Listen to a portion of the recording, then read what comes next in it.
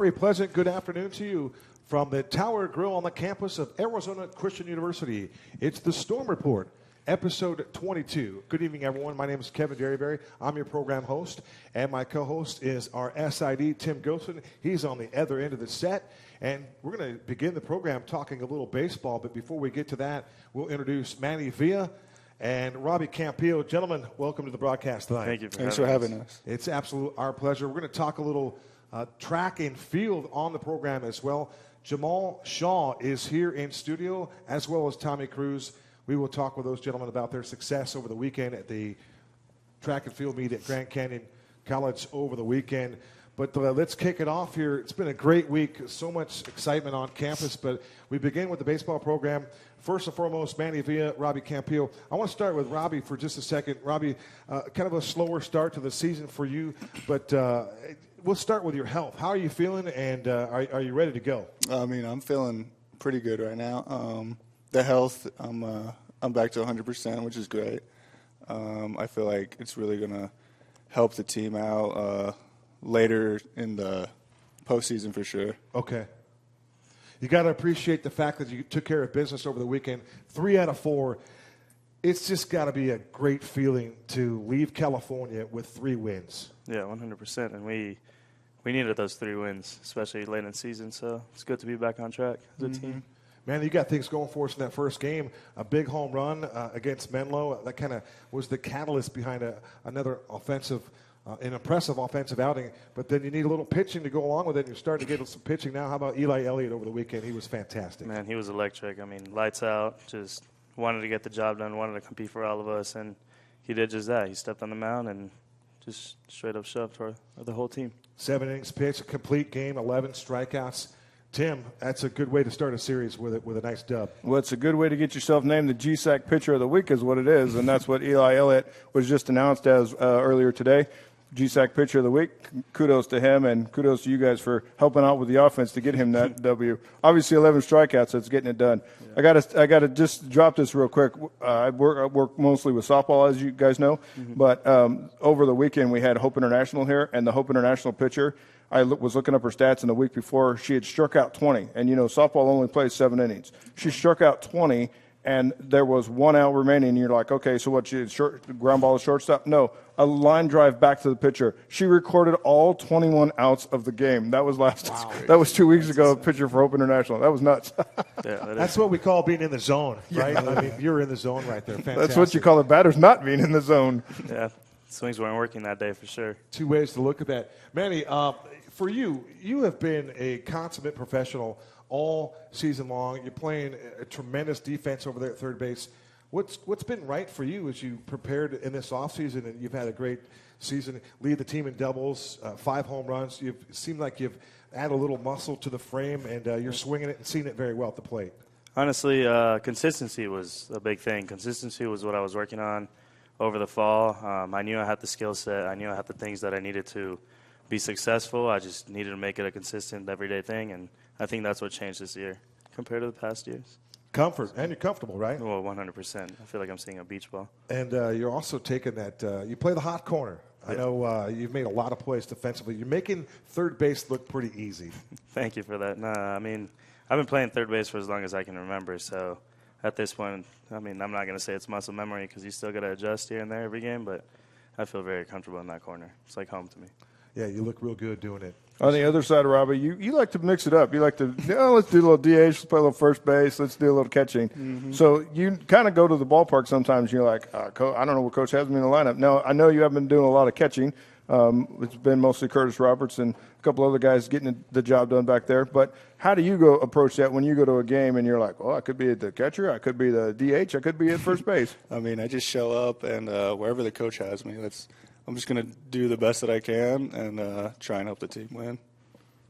Manny knows he's going in the third. How many times have you written in 27 at third base in the lineup card? I mean, too many times. I mean, actually, my teammates were joking about me not checking the lineup at all this weekend. So that's, I mean, as long as I can remember, I've been playing there. So. Well, if you're good at it, why not? And Manny can play. You can play the other corner too. We've seen you at first base a little bit as well, right? Yeah, 100%. But I mean, I feel way more comfortable than Robby's over there. So. Robby, 10 hits over the weekend. I know that, the beginning of the season for you, a little bit slower start than you initially anticipated. But the 10 hits, 3 for 4 in Game 1, 2 for 3 in Game 2, 4 for 5 in Game 3. I mean, if Manny's seeing a beach ball, what are you seeing, my friend? I mean, I'm seeing a beach ball too, to be honest. Twice the size of mine. Yes. I'll say, and it couldn't come at a better time. Again, the 3 victories. Just what is the morale of the team right now? Come on in with those dubs. You've got it had to been it wasn't a happy fight, but it had to been a great ride home. I know you lost the last game, but you're playing a winning brand of baseball again. That's got to be something. It feels like we turned it around. Felt like we were riding a roller coaster for a few weeks there, and I mean the energy's back up. You see a lot more smiles, and everyone just wants to be at the field and show up. So winning cures all. Is that how they do it, Tim? Winning cures all. That's what I'm told. From just about everything.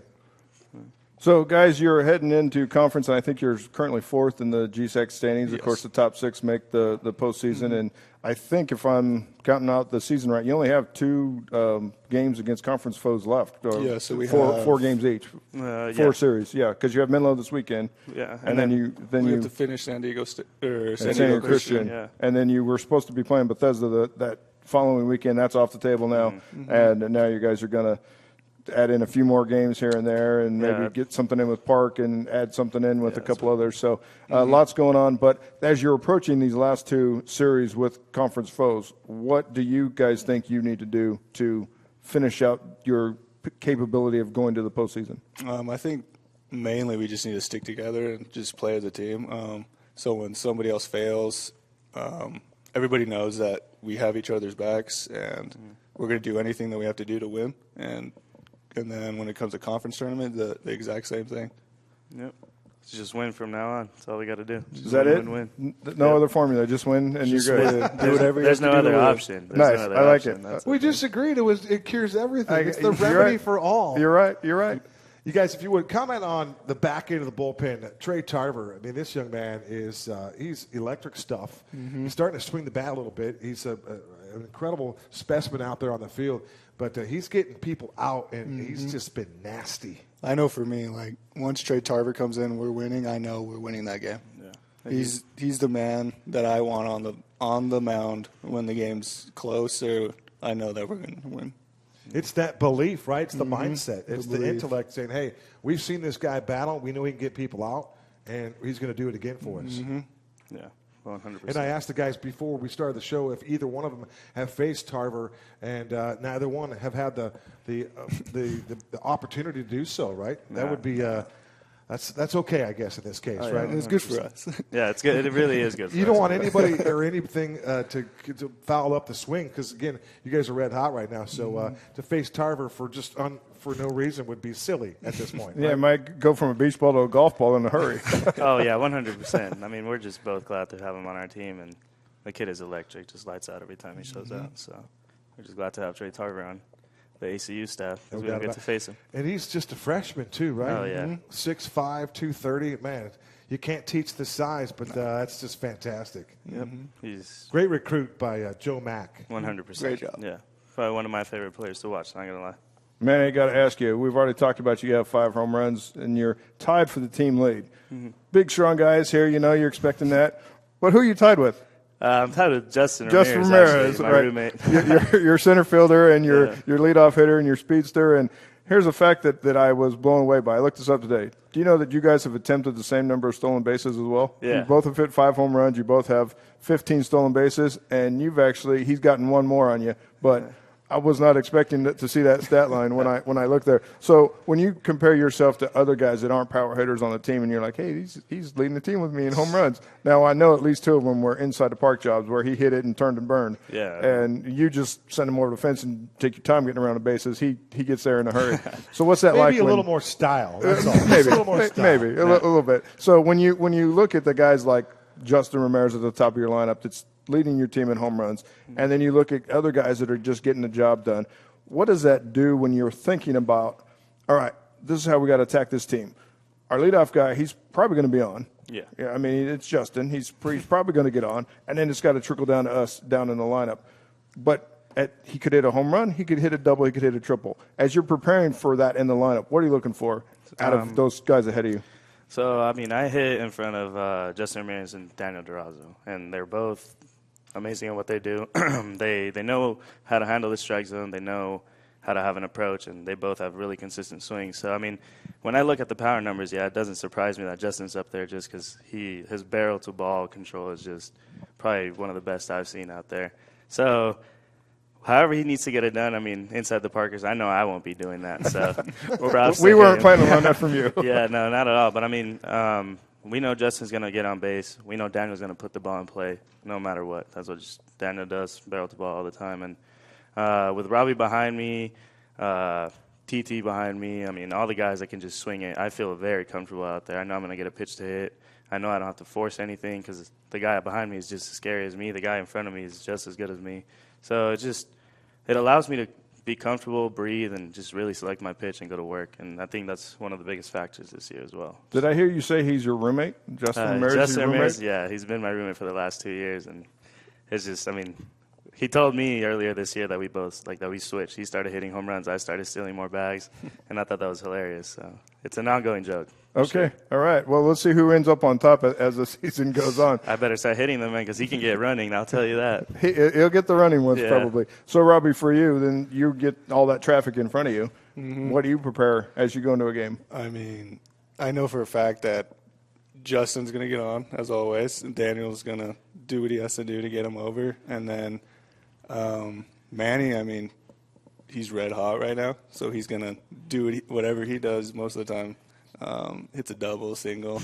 So when I get up there, I mean, he already pretty much did the job for me. So I just try to do my best and just Trade places with him. He's taking your RBIs away, though, man. Come I on. know. Hey, I'll score a few here and there for him. All right, All fair right. enough. We'll get his speed going for me. I got it. Manny Villa swiped 10 bags out of the 60 for the team. You know, I see that, and it's just how and when you decide to run. Do you have the green light, or are you're going when Joe Mack or Coach Flatten send you, or what's the dynamic as far as you have the ability to run, on your own? So we practice that, like we preach that everyone has a green light. You know, we're going until someone stops us. And Coach Mack has gotten very comfortable with allowing me to read the situation, like fill out what's going on.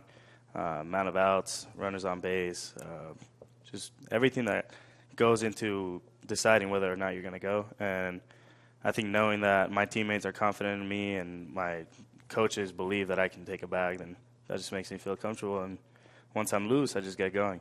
Really. Situational baseball, right? Yep. Just taking advantage of the opportunity and what the defense gives you.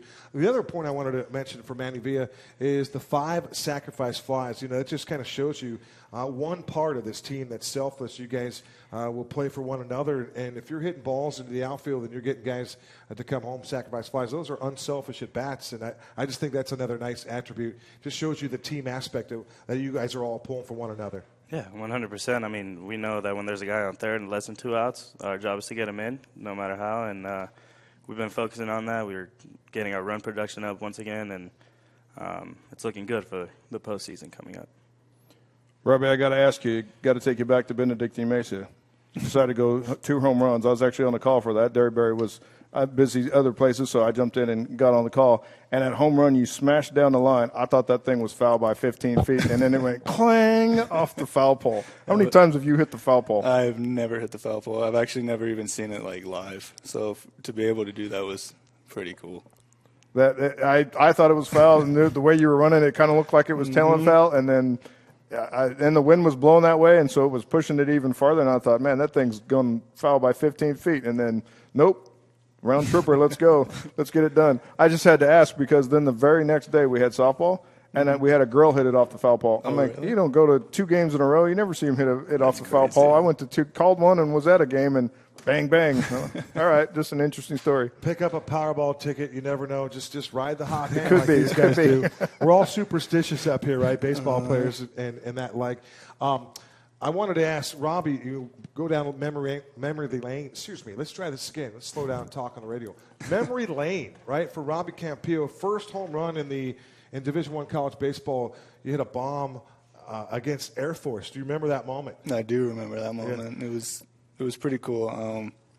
I mean, it's just started out my career, and ever since then, I mean, I've had the opportunity to keep playing baseball.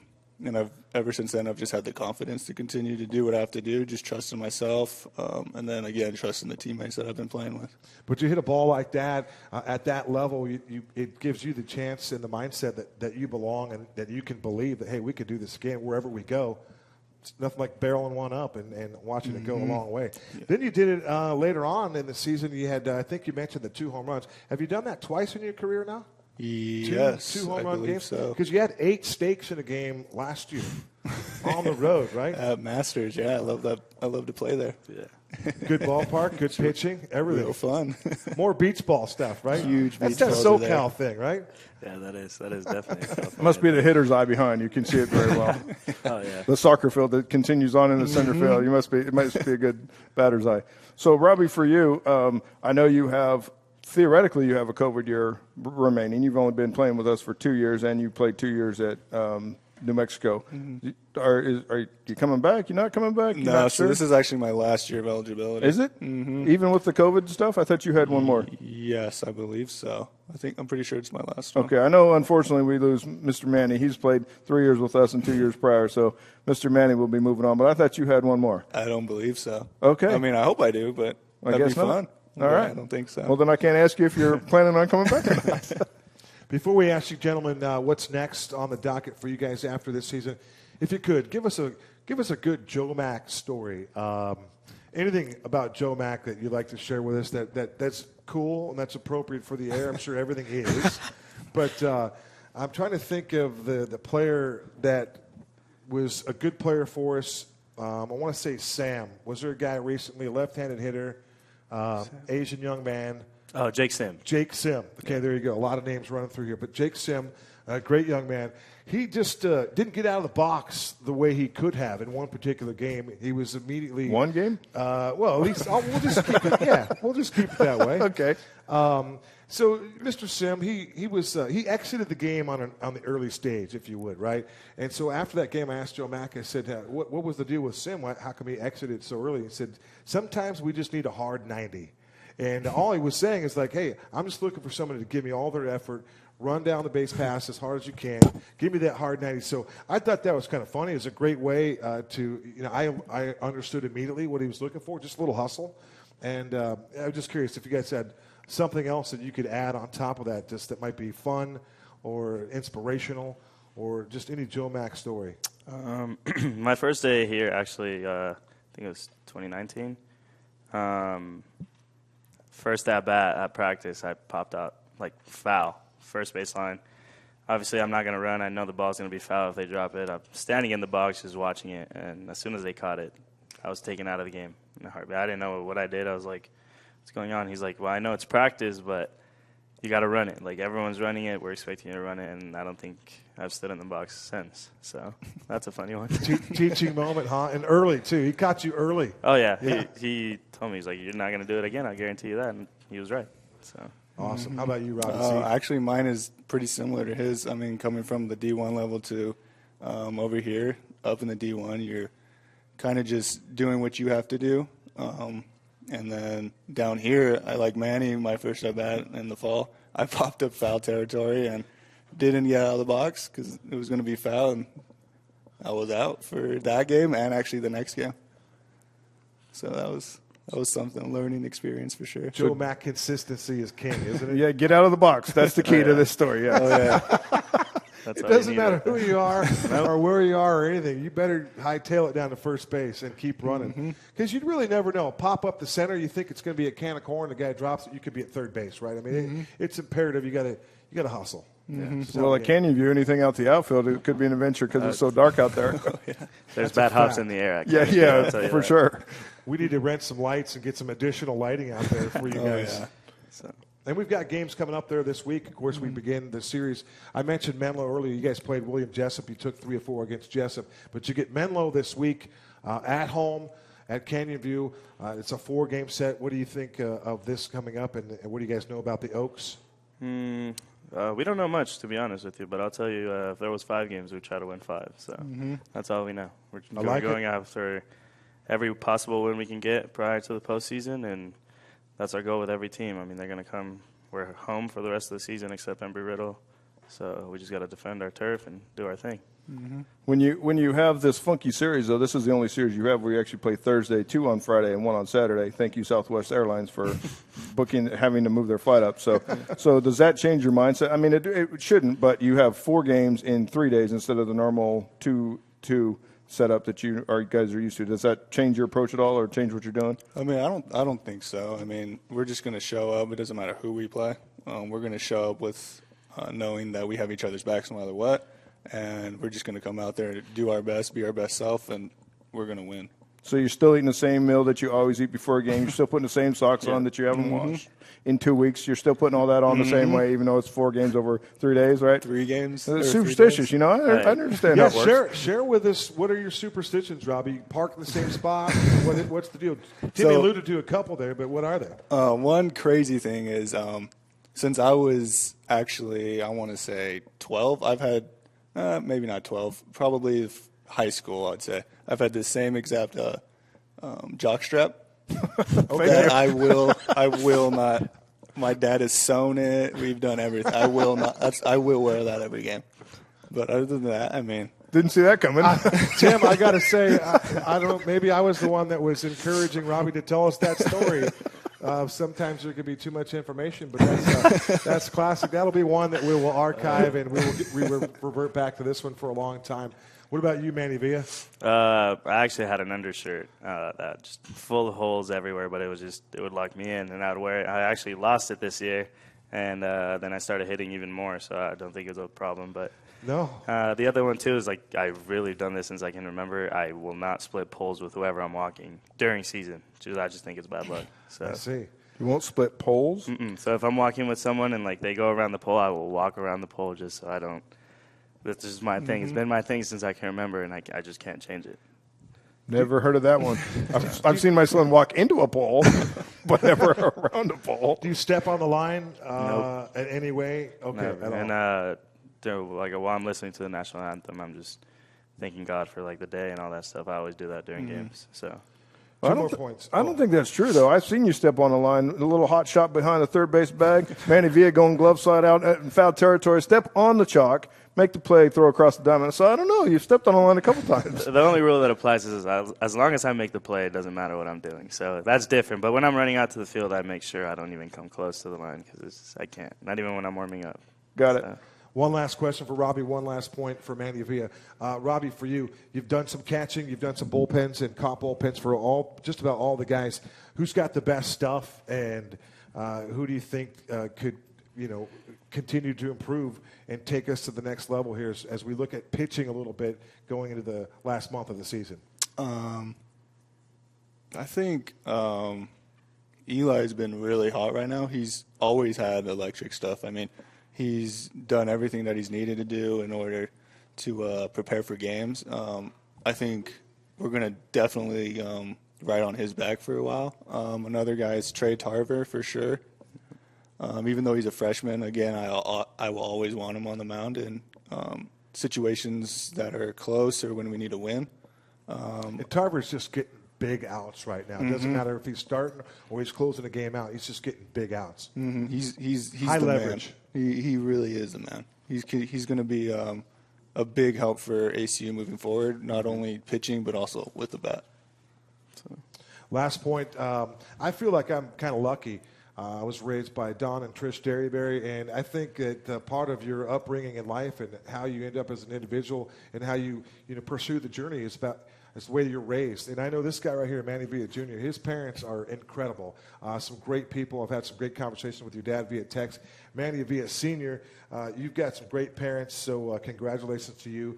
The Villas have done it the right way, and just wanted to mention that because that's part of the process, and so you're doing well, my friend. I truly appreciate that. I mean, shout out my family. Thankful for everything they do. I mean, they've driven up every game they've been able to. Same with Robby's parents, and it's just been a blessing to have them by my side. It just makes the ride more joyful, more fun. I know no matter what happens during the game, they're going to be there for me, supporting me. I mean, my sister went to every game for as long as I can remember. So shout out my sister too, my brother, and Thank you for that. I truly appreciate those words, man. That's fantastic. Robby, my friend, thanks for taking the time to be with us on the program. We've certainly enjoyed the conversation with you. Continued success. I think I mentioned, if I didn't already, some 60 points improved in that batting average. You're over 300 now, and the ball's a beach ball, and you're crushing it right now. So congratulations to you. Well, I really appreciate it. Thanks for having both of us on. Mm-hmm. Thank you for having us. We'll see you guys at Canyon View Thursday night, 7 p.m., first pitch. Any idea who's going to be on the bump for ACU? My guess would be Eli. Either Eli or Actually, I think Eli is pitching the first 7, and then Trey okay. Tarver might be pitching the second 7. Okay. And then that's on Friday? Mm-hmm. Maybe Vickers or Friday. Hagerty Thursday. Yes. whoever's going to be up there is going to get the job done. That's what we're excited for. So, Robby Campillo and my guy Manny Villa Jr., let's talk a little track. You guys were incredible. Thank you so much. We're going to take a quick break. You're watching the Storm Report, episode 22 from the Tower Grill on the campus of Arizona Christian University. We're going to take it to the track right after this. Don't go away. We have our guys Tommy Shaw. Check that. Jamel Shaw and Tommy Cruz. 2 guys that put together right there, but they're here in studio. Don't go away.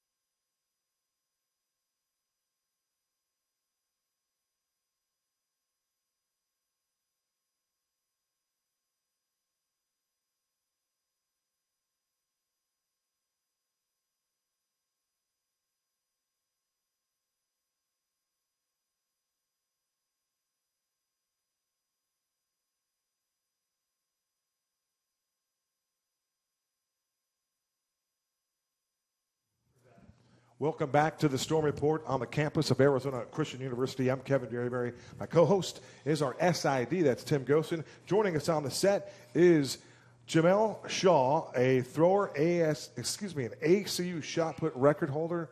That's legit right there. And then we've got Tommy Cruz, a decathlete, a one-time Red Mountain line, huh? Gentlemen, welcome to the broadcast. How are you this evening? Good. Thank you for having us. Fantastic.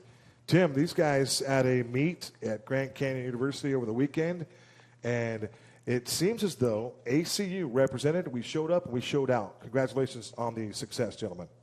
Thank you. What worked well for you, Jamel?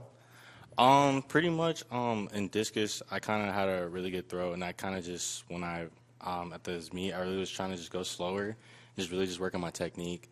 And just try to get one out there. So that's pretty much what I was trying to do, and I was able to get one out there, so it kind of worked out.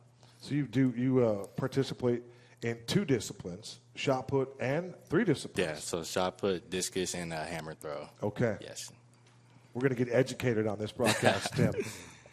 And he participates in 10, by the way. That's a decathlon. I know. I got the 10, decathlete. Man, where do you begin with that? What's your strength in that group of 10? My strength is definitely pole vault. I've been doing that since high school, so that's where I feel more comfortable in. Did you do pole vault for Josh Bards at Red Mountain? Yeah. That's a couple years back, huh? Yeah. It's about 55 miles from here, too. Yes, sir. Well, good to have you here.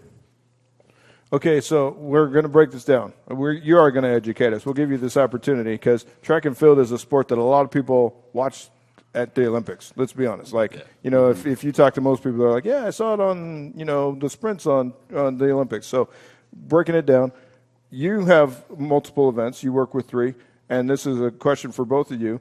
And Tommy, you work with 10. How does that mindset work for you when you have different events you're going to do? I mean, you could just have thrown the shot put, and you're like, man, that was a good toss, and now you're like, oh, wait, I got to work on my technique for discus because that's coming up in 10 minutes. So each of you answer that question, how you prepare when you know going into an event you have multiple events to work through. Pretty much shot put. I pretty just focus on one event one time. Shot put and discus are pretty much the same techniques, so I really don't have to worry too much about difference from there. So shot put, when I'm getting ready for it, I get my motions in, like, because that's what I like the most, or what I'm pretty much just good at the most. So I'm pretty much working my technique from there, and then after that, my mindset just goes straight to discus. And then for hammer throw, it's a whole lot different. We were just introduced to it last year, so it's a whole different technique. So really, when I throw hammer, I send a whole different mindset. Like, I'm thinking of a whole different technique, and I'm kind of like, I just forget about like my other 2 events because they're over and done with. So that's pretty much my mindset going, just taking one event at a time and just going with it. Okay, Tommy? Yeah, mine's pretty much the same too, just taking it one event at a time, trying to clear my mind from the last event and get everything that I need to do, whether it's my steps or the throws or just getting my blocks right, just trying to clear my mind and making sure that I'm focusing on the event that I'm doing right then and there. Why did you decide decathlete was what you wanted to pursue in college? Coach just kind of asked me one day and was like, hey, do you want to try a decathlon? And I was like, sure. And it kind of went from there. So just kind of got put into it. I like the challenge of it. So, what's your favorite event in the decathlon? I mean, it's 10 of them, so pick one. For me, it's pole vault. I've done pole vault since high school, so this is like my 8th year kind of doing it. And so I just feel comfortable with it, and I just it's just fun. It's just a fun time doing pole vault. All right. I need more education. Okay. Give us the 10 sports, the 10 disciplines, if you would. So pole vault. Yeah, pole vault, high jump, long jump, shot put, discus, javelin, 400 meter, 110 hurdles, 100, and 1500. That's it. That's it in 2 days. That's all. Just in 2 days. Yeah. You have 3 disciplines. You have 10 disciplines. How do you balance the work ethic out? How do you pick where you got to work and where you don't have to put the time in? Mr. Cruz. For me, honestly, I just kind of take it day by day, see how my body's feeling, what running I want to do or throws I want to do, and then I'll discuss with Coach and see what he has in store for me and what he would like me to work on a little bit more. But yeah, just taking it day by day, seeing how I feel and what events I feel like I can do that day for practice or get reps in. So the mental aspect, as it relates to the physical aspect, it's critical for your success. Each time you step onto the court, or in this case, the track. Yeah. Yeah, that's pretty true. My mom always says that it's the sport is always 100% mental. So yeah, definitely. If I'm going into a meet, like my mindset is totally like I'm coming here to crush it. Like I need a PR, I need to do this, need that. Go out there and throw good. Like one of our teammates, Ben, was telling me at the meet at GCU, he was like, if you go into a meet just thinking about what you did bad or just like how like terrible you've been throwing from before, he was like, it's just nothing's gonna happen. Like you're not gonna get any good results from it. So he's always think positive. Like just pretty much your whole mindset has got to be you're gonna do this. You got to get it. Well, it worked for you last year in Santa Barbara, 2-time all-conference thrower. You got it in the discus, you got it in the shot. Yeah. And that means you were up there with the top boys in the conference getting it done. Oh, How are yeah, you feeling compared to last year when you went to conference and you got it done, and now you're about 3 weeks away from conference competing on the 28th and 29th again at Westmont in Santa Barbara? Yes. How are you? Where do you think your mindset is, or how are you feeling based on last year? Pretty much last year I really didn't know what to expect. Like I was coming into it, I'm just like, it's my first year, freshman year. Like let's just go out there and just do it, get it done. I was really cool with the result with discus. I wasn't too happy with the result from shot put just because I was ranked number 1 before, and I really didn't have a great performance, but I still ended up second. So this year, like I just feel like more hungrier. Like I remember Campbell told me after last year in shot put, he's like, just in the summer, just think about it. He's like, just think about shot put, just think about that you should be up there, you should be taking first. And so my personal mindset right now, at these past like couple of weeks, now that conference is coming up really soon, it's kind of just like, just stay easy, stay calm, and just do what I've been doing all season. So, yeah. Just throw it. And another education thing for you. Yeah. That you can answer for us. In high school, What's the weight that you throw? It's 12 pounds. And 12 then pounds you software. go to college and it becomes? Just go to 16. It goes up 4 pounds. Yes. You were telling me before that the women, they only go up a half pound. Yeah. Only Is half that true? pound. Yeah, I think so, yes. Wow. That's quite a jump for a guy. Go add 4 pounds and try and heave it even farther. And then a girl, they go up a half pound. Yeah, I know. I mean, I don't even know if you can tell the difference between those if you're like looking at them. That's 8.5, that's an 8. Yeah. So, I mean, is that a tough challenge? You're a sophomore. You're 2 years removed from high school. Didn't get to do your senior year, by the way, much because of COVID. Yes. The pride of Ironwood, we might add, yes. Came a long way to come to school. I know. All right? about 2 miles. Probably can see the school from here. Pretty much, there was going in from a 12 to a 16. It was actually really tough. Like I remember when I first actually held a 16, I was like, wow, like I really got to throw this. I was like, wow.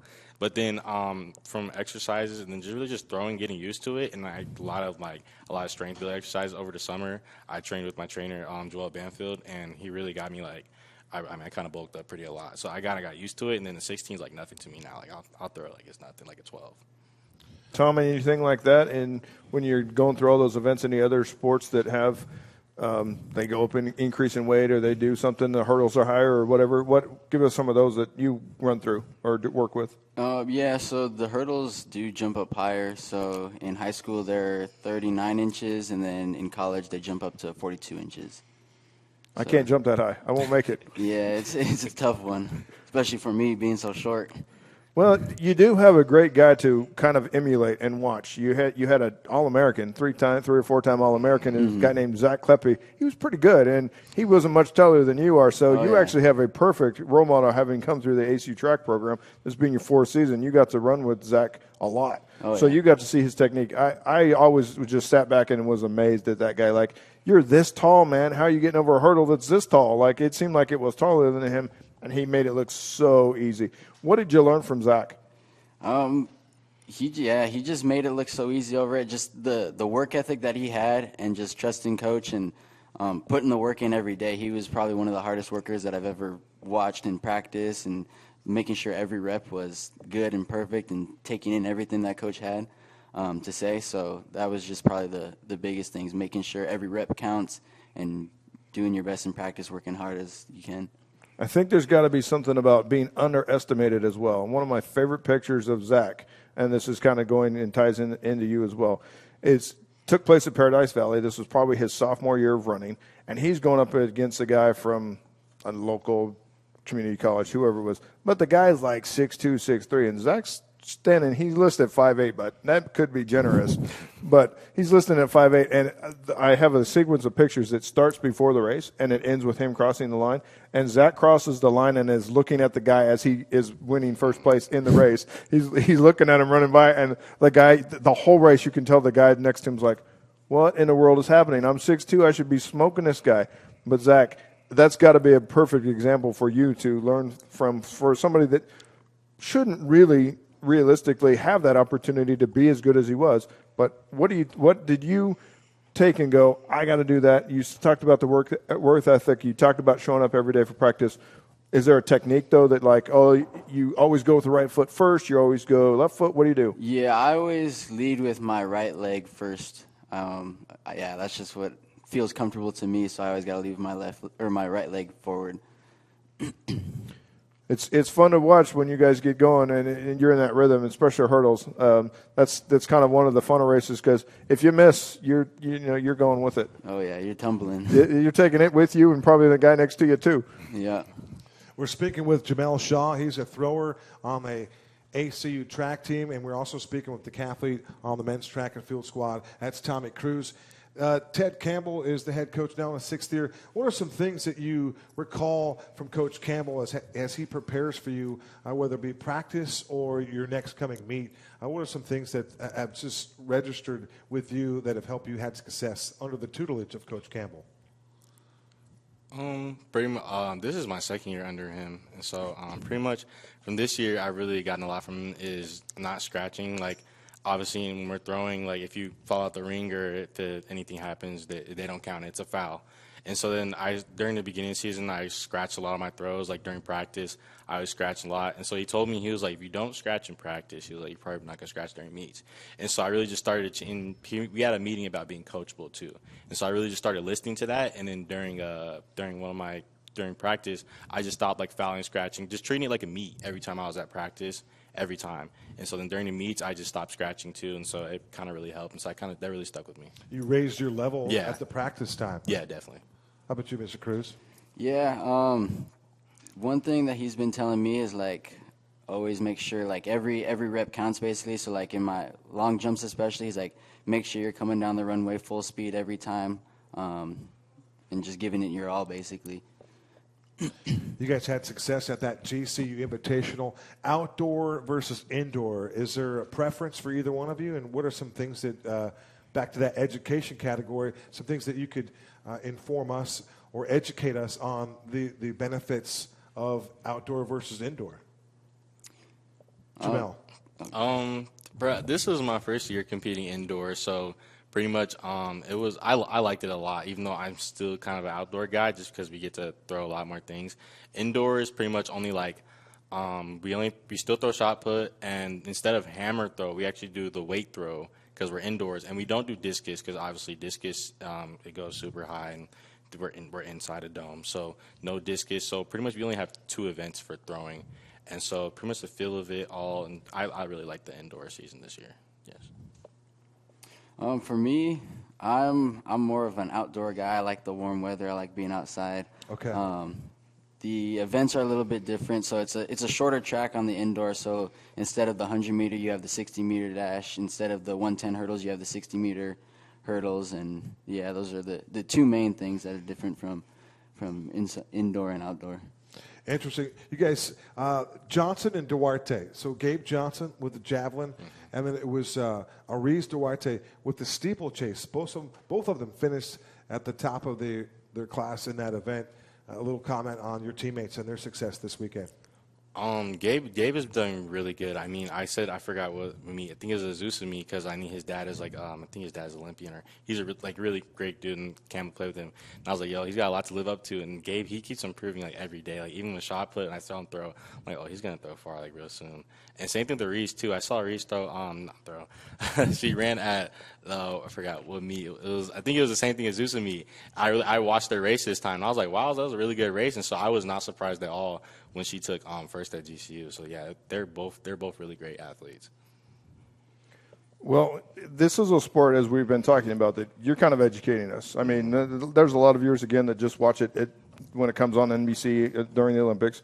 But if you were to give advice to somebody that was just getting started in track, just getting started in throwing the shot put, or getting started in most kids don't start off immediately and go to decathlete, but starting in an event, what would your advice be? A question for both of you. What would your advice be to somebody starting out in track? For me, it would be just go out and try it. You know, like you don't know what you like or what you're good at until you actually try it. So just go out there, have some fun, and see what you can do. That was for me the decathlon. I just went out there and tried it and just wanted to have some fun and challenge myself, and that's where I really started doing the decathlon, just because I was like, hey, let's go try it, let's have fun, and that's what I stuck with. Pretty much for people coming to track, same thing. Try what you want to try, see what you like, but really don't get frustrated with your results when you first start. Like don't get mad, don't get frustrated if there's other kids that are out there beating you that have been out there for a while. Like pretty much take your time, work on your craft. Like it will all come soon if you really just dedicate yourself to it. That's probably a good role in life too. Yeah, just work at your craft and you'll get it better, get better at it. Phenomenal words of wisdom right there from Jamel, no doubt about it. A couple names here. Just want to do a little name dropping here, right? Because we can do that. We're going to wrap up the show here, but how about just a couple of these guys, if you would. Derek Anderson, he's on the football team, finished third in the meet in the 110-meter hurdles. How's DA doing? He's doing good. We've been working with him at hurdles at practice and stuff like that, and he's been looking good over the hurdles, just jumping in there and trying it, and he's been practicing, working hard, and taking to it. So he's looking good over the hurdles. Another one of our guys is Sean Wallstrom. How about Sean? Shot put among other events, but another one of those guys that comes to work and plays basketball, does a great job on the court, and he's just a consummate professional as well. How's Mr. Wallstrom doing? Oh, Sean's great. I mean, it's great to have him out there just because, I mean, he's had such a long basketball season, so just to have him with us is really great. He's a really great discus thrower, and he's really good at that. He just does whatever we need from him, and we really like that because of that. That's actually a name that probably helps you both. I mean, he's a thrower, so you spend a lot of time with him, but you throwing javelin and throwing discus as well. I'm sure you guys all spend a lot of time together. But obviously, you're kind of your own little niche. I mean, you talked about it off air that you go to practice sometimes and you go to practice just as throwers, or then if everybody's there, then you guys just go off and do your throwing thing. So how is it that you're able to encompass your little niches, being throwers or being decathletes or whatever? How is that you're able to encompass that into one bigger picture of the team? Pretty much throwers. We kind of have our own section, but I mean, we know everybody else on the team though, like throwers, sprinters, distance. We all kind of associate with us. So like throwers, we got our own group. Like before we first started the season, we weren't like really familiar with each other, but now guys like me, Kenji, Drew, Zay, Gabe, Brian, all those guys, like we're all really close. Like we joke around, talk to each other out practice all the time, and then that just results when we see them during practices. We're like, oh, what's up? Like we all know each other. So yeah. Kenji Rowland, I think he's from Pinnacle and one-time football player as well. Correct. So what about you? I mean, you kind of go the whole gamut. You get to spend time with everybody on the team. Who's the one guy on the team that's like, he's the man, like he lifts you up, he makes you laugh, he like carries the team? Like, who's that one guy on the team that you get to interact with across the board? For me, it'd probably have to be Ben. He's another decathlete, pole vaulter as well, and he's always right there giving me advice or helping me out, or just even when I have a bad race or a bad meet, he's right there putting his arm around me, picking me up, and I just really appreciate that, and he does good doing that. Ben Ply is a guy that I have a lot of respect for, and I don't see him. I don't interact with him on a regular basis, but I know things about him. He was in the military. He's a dad. He's married, and he and his wife and his kids come to basketball games and stuff, and I see them all the time. And I just hear, anytime I hear the name Ben Ply across campus, it's always in a very good context. And so that's a great role model and great person to be hanging out with if you're throwing out names like Ben Ply. Oh, yeah. He's a good dude. Great dude, great family. That's good stuff right there. Tommy Cruz, a decathlete here at Arizona Christian. We also have our guest here is Mr. Jamel Shaw. Jamel is an all Gsac performer. Last year, you guys were Gsac champions, the first in the program's history.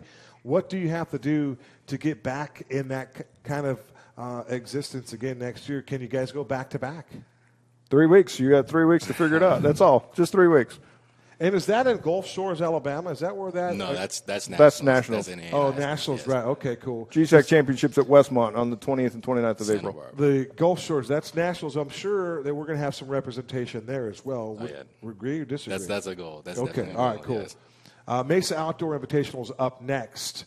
And then the Gsac Championships, day 1 and day 2, right there at the end of April. But can we repeat? Yes. I said that from when we won. I mean, because last year when we won, that had to be like the greatest feeling ever. Like just watching. We beat. If you look at the score, we beat them by a lot too. Like it was a really great win. Beat them. Yeah, it wasn't even close. I mean, at that point. But I told Coach, I'm like, we got to get back to this. Like I want to go back to back just because. I mean, the Westmont. That's a really great team, and for what I recalled, they've won the Gsac like 7 years. Yeah, 7 years in a row. Exactly. And you guys snapped that streak last year. Yeah, that was a great feeling. That's a big deal. And that's something like that was our first conference championship in program history. So I was like, man, I would definitely want to do that again. So yeah. And so you got yourself back in the weight room. You continue to work out. Yeah. You're in pretty good shape, I think. Right here, Jamel, you're in probably some of the best shape in your young career. Yeah, this summer I really hit the hardwood in the weight room with my trainer at Joel. I said before, yeah, we really I really hit the ground hard. So yeah. Jamel Shaw, one-time quarterback in his youth, if you can believe that. This guy can spin it, but now he's throwing the shot put and the discus and the javelin and everything else. Mr. Cruz, for you, you agree with the same thing? We got a chance. This is the team that could get back there and conquer the jewelry one more time? Yes, sir. We're working hard. We're doing everything we can and preparing for it. Fantastic. Tim? I think we're good. I just wish you guys luck as you head into the final preparation. There's rumors of there being something happening this weekend. That hasn't been completely solidified yet. There may be something happening for a couple of your team. I don't know if it's the whole team. I think some of the runners or some of the distance guys are going somewhere. Something. Maybe there's something coming this weekend, but that hasn't been 100% finalized because coach is just trying to get a few more reps in for some people. And then obviously Mesa, and then you go to Westmont to take on the rest of the conference. So, guys, wish you luck as you head down that road and go bring back the trophy. Thank you. Thank you. No question about it. Continued success, and please say hello to Ted Campbell for us. That is Mr. Jamel Shaw. That is Tommy Cruz, Tim Gooszen, for Robert Nielsen, for everyone that takes an opportunity to watch the Storm Report each and every Monday. We thank you to our global viewing audience, and for everyone affiliated with our broadcast tonight, a very special thank you. Until next time, so long for now.